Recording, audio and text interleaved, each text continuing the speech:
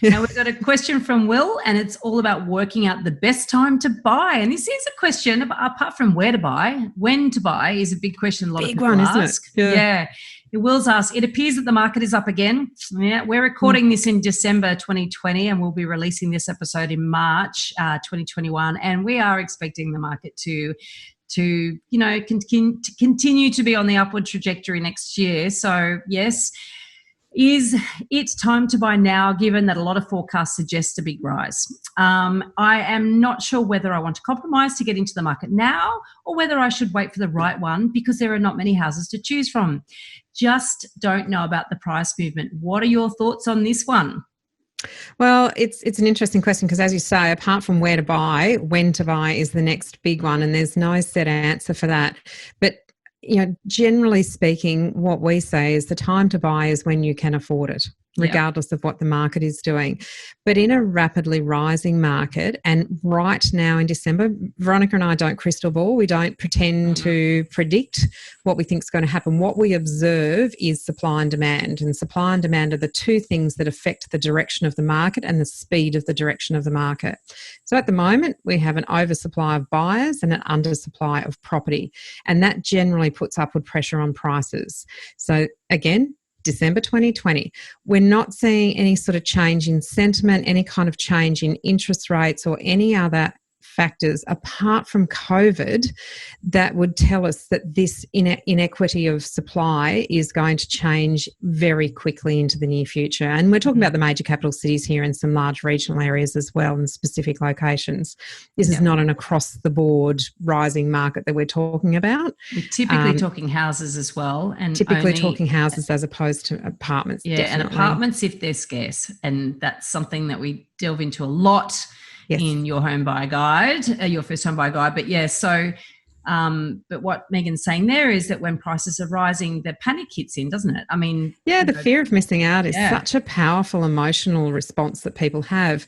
But I think one thing that I want to pull out there is you're not sure whether you want to compromise to get into the market now or whether you should wait for the right one.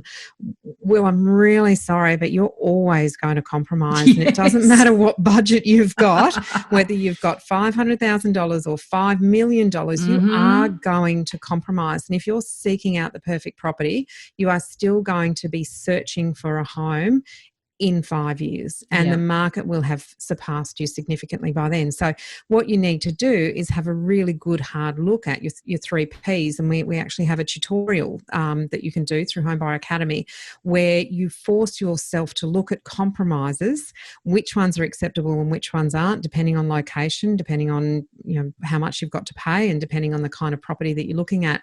So, I'd say it's time for a little bit of navel gazing there to have a good think about what compromises you are prepared to make, because you are going to make compromises regardless of whether the property market is rising rapidly or whether it's stagnant and you're in a position where you can negotiate hard. So I'm going to pull that bit out of the when to buy sort of question. So we talked about the inequity of more buyers at the moment and less properties to choose from. So yes, there's going to be compromises. Is the perfect property going to come along? No, there will be the right set of compromises that will come along. And what you need to do is have yourself in a position that when you find that right set of compromises, you move forth with due diligence and the purchasing strategy that buys that property at a price that is correct at the time in the market. And the only thing I would add is that if your compromise means that, look, I can only afford to buy a tiny 1-bedroom apartment now, and if I wait because I'm going to be earning more money and maybe in a year's time or 2 years' time I'll have a much better deposit, and even if prices rise, I can outsave the market because I'm on a really good wicket, then that might be the only time that you would actually wait. If you're buying something really, really, really tiny that you're going to outgrow really quickly, or it's really poor quality. So that would be the only caveat to what Megan's saying, but absolutely 100% agree. If you got to wrap your head around the C word, compromise, that it does. And I seriously, I've talked to people with $7, $8, $9, $10 million budgets, and they're still not happy because they can't get what they want. So we'll never have enough money. I think we have to accept. And even if you're up your budget, you're up your expectations often. Exactly. So you've got to be careful about that too.